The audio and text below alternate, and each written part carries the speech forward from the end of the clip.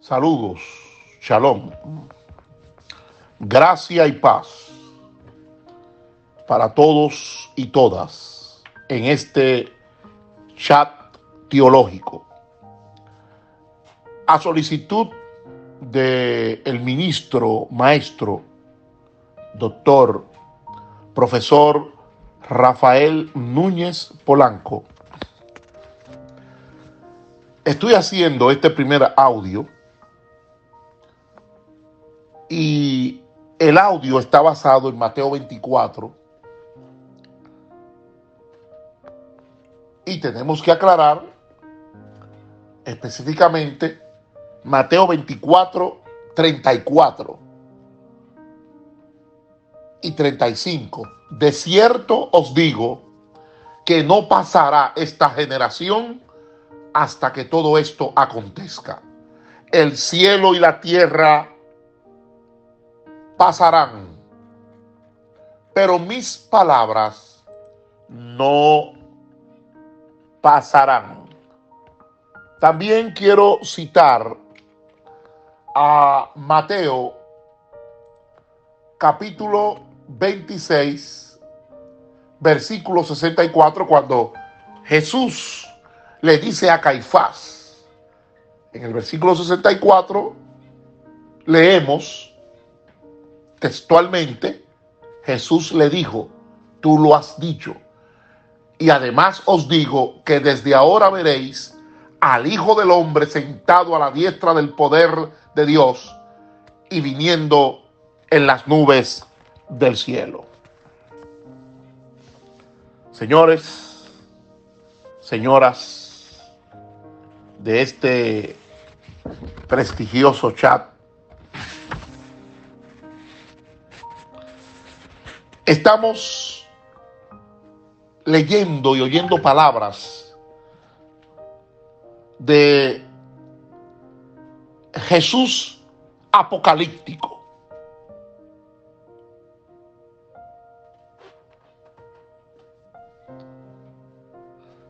Pero aclaramos que Jesús en Mateo 24 y en este texto que les he citado, de Mateo 26, 64. De facto, Jesús no está haciendo una predicción profética del fin del mundo.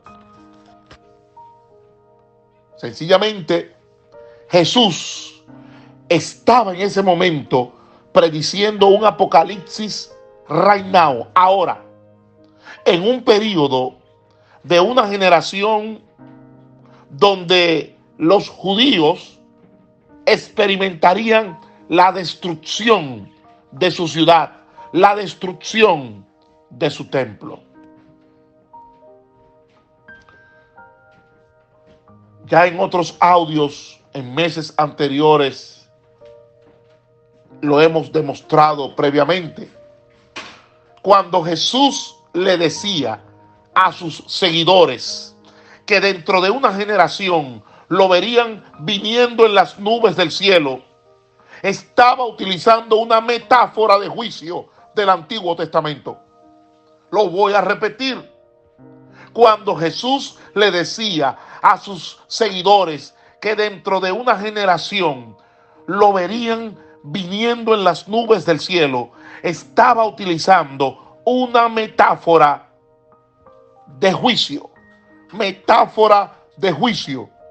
utilizada en el Antiguo Testamento.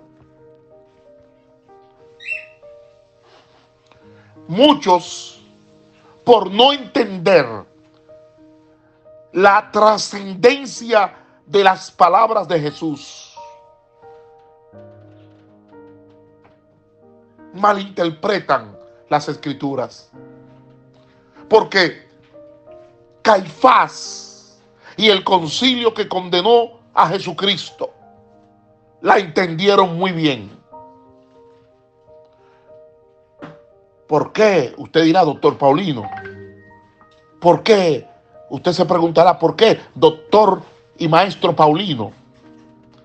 Sencillamente porque Jesús, más que decir que el fin del mundo estaba a la vuelta de la esquina, Jesús lo que estaba haciendo era empleando el simbolismo del Antiguo Testamento de las nubes para advertirle al concilio, para advertirle al Sanedrín que así como el juicio había caído en Egipto, también el juicio caería en Jerusalén. Por eso, para poder interpretar correctamente el Antiguo Testamento, se hace necesario conocer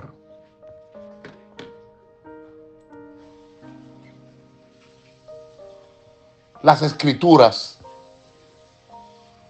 en su conjunto, porque para poder interpretar el Nuevo Testamento se hace necesario conocer el Antiguo Testamento. ¿Por qué? Porque cuando usted analiza el Antiguo Testamento y se va a Isaías capítulo 19, versículo 1, usted nota que dice profecía sobre Egipto. He aquí que Jehová monta sobre una ligera nube. Lo repito, profecía sobre Egipto. He aquí que Jehová monta sobre una ligera nube y entrará en Egipto. Y los ídolos de Egipto temblarán delante de él y desfallecerá el corazón de los egipcios dentro de ellos. Cuando usted analiza y estudia las Escrituras de forma correcta, usted va a notar que el contexto histórico debería ser suficiente para afirmar que Jesús no le estaba dando a Caifás una disertación acerca del fin del concepto tiempo y espacio. Entonces usted se preguntará, pero doctor Paulino, maestro Paulino, ¿qué era lo que Jesús estaba enseñando y diciendo? Jesús estaba profetizando que aquellos que no doblaran su rodilla ante el templo viviente que se encontraba en medio de ellos, que era el mismo, experimentarían la demolición, experimentarían la destrucción del templo físico que se había convertido en el objeto de su idolatría. Caifás y el concilio gobernante, ese concilio gobernante, ese concilio judío, ese Sanedrín, verían a Cristo viniendo en las nubes como juez de la tierra y el cielo. Por eso en Apocalipsis capítulo 1, versículo 7, usted lo puede comparar.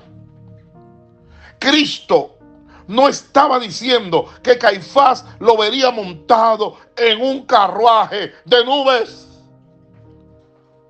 sino que comprenderían que Jesús era quien clamaba ser. Por eso, con la destrucción de Jerusalén, con la destrucción del templo, ellos comprenderían que Jesús ciertamente había ascendido a la mano derecha del poder como juez del cielo y de la tierra. De modo que verlo, óigalo bien, verlo es una metáfora de comprensión obvia. Por eso, cuando se malentienden y se malinterpretan las figuras del lenguaje, ¿sabe lo que pasa? Que esto causa que usted y los que lo hacen malinterpreten el significado de las palabras de Jesús ante Caifás. Pero también que malinterpreten las Escrituras en todas partes.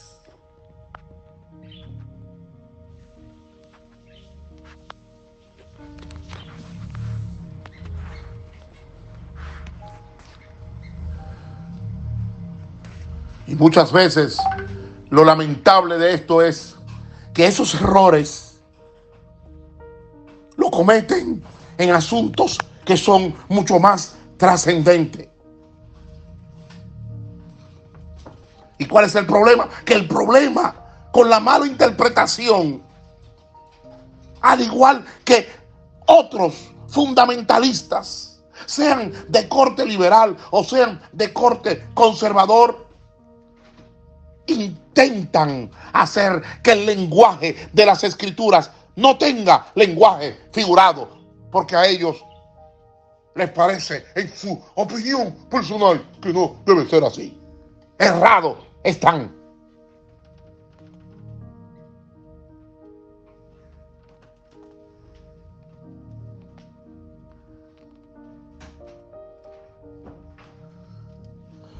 El error de muchos es interpretar la metáfora de la nube de Cristo de un modo literal. Porque cuando usted lo estudia correctamente, tal como Caifás, que conocía al dedillo la historia del Antiguo Testamento, usted, si hace el estudio correcto, puede reconocer de forma inmediata las palabras de Cristo como una referencia clara de su ascensión a la mano derecha, que es otra metáfora, porque Dios no tiene mano derecha, el Padre no tiene mano derecha. Sí, su ascensión a la mano derecha del venerable anciano que aparece en el libro de Daniel, capítulo 7, versículos 13 al 14, y usted lo puede comparar con Hechos, capítulo 1, versículo 9. Lamentablemente y desdichadamente, el error engendra error. Por lo tanto, aquellos que cometen el error con respecto a la metáfora de las nubes, les lleva a otro error de quien, o pudiera decir, de que el mismo Lucas, quien desde su perspectiva estaba escribiendo después de la muerte de Caifás y la destrucción del templo en el año 70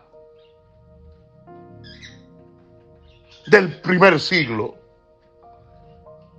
donde modifica las palabras de Cristo para absorberlo de una falsa profecía. En lugar de la metáfora de las nubes, Lucas escribe allá en Lucas capítulo 22, versículo 69, pero de ahora en adelante el Hijo del Hombre estará sentado a la derecha del Dios Todopoderoso. Si usted toma seriamente el significado histórico de la metáfora, usted reconocerá que Lucas, escribiendo principalmente a una audiencia gentil, estaba sencillamente comunicando la frase viniendo en las nubes en la lengua vernácula de su época. Hasta el próximo audio. Su hermano y amigo, su maestro, el doctor Gabriel Elías Paulino. Gracia y paz. Shalom, shalom.